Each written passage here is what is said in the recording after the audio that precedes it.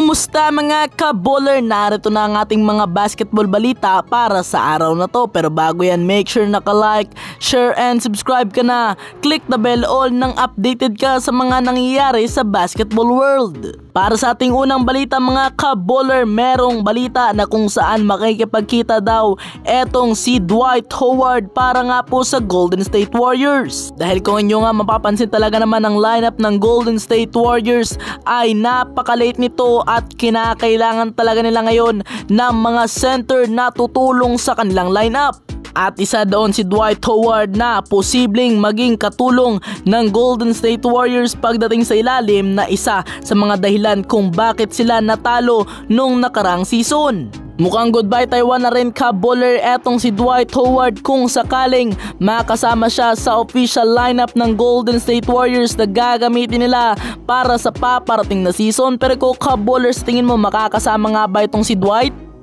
Samantala nag-sign na nga ng 4-year contract extension na nagkakahalaga nga ng $48 million etong si Jarred Vanderbilt ng Lakers, na kung saan mananatili siya dyan ng 4 na taon na nagkakahalaga ng $12 million per year na kanyang sasahurin para sa Lakers. Syempre kung inyong maalala ang nagagawa netong si Jarred Vanderbilt, kayang dumepensa kahit saan, kahit gwardiya kayang-kaya niyang depensahan at kahit mga sentro at mga bigatin sa loob ng court, dahil nga sa kanyang ganda rin ang pinakita nung nakaraang season, kaya binigyan siya ng Lakers ng mataas na kontrata. Kahit sino naman mga ka-baller, kung maganda naman ang pinapakita mo, why not bigyan ka pa ng mas mataas na kontrata kagaya nitong si Jarred Vanderbilt na isa sa mga naging key factor ng Lakers kung bakit malayo-layo rin ang narating ng Lakers nung nagdaang NBA playoffs. Pero go ka-baller, sa tingin mo ano pang magagawa netong si Jarred Vanderbilt?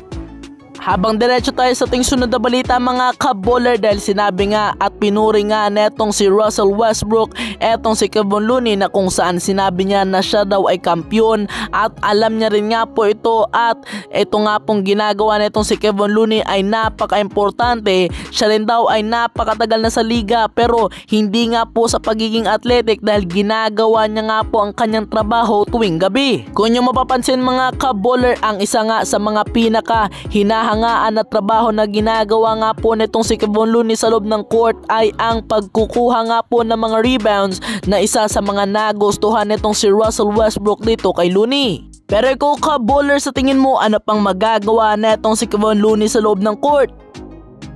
Dito na ka-baller nagtatapos ang ating mga balitaan, kaya kung gusto nyo po ng mga gantong video, make sure naka-like, share and subscribe ka na. Click the bell all nang updated ka sa mga nangyayari sa basketball world. Salamat po sa inyong panonood. God bless!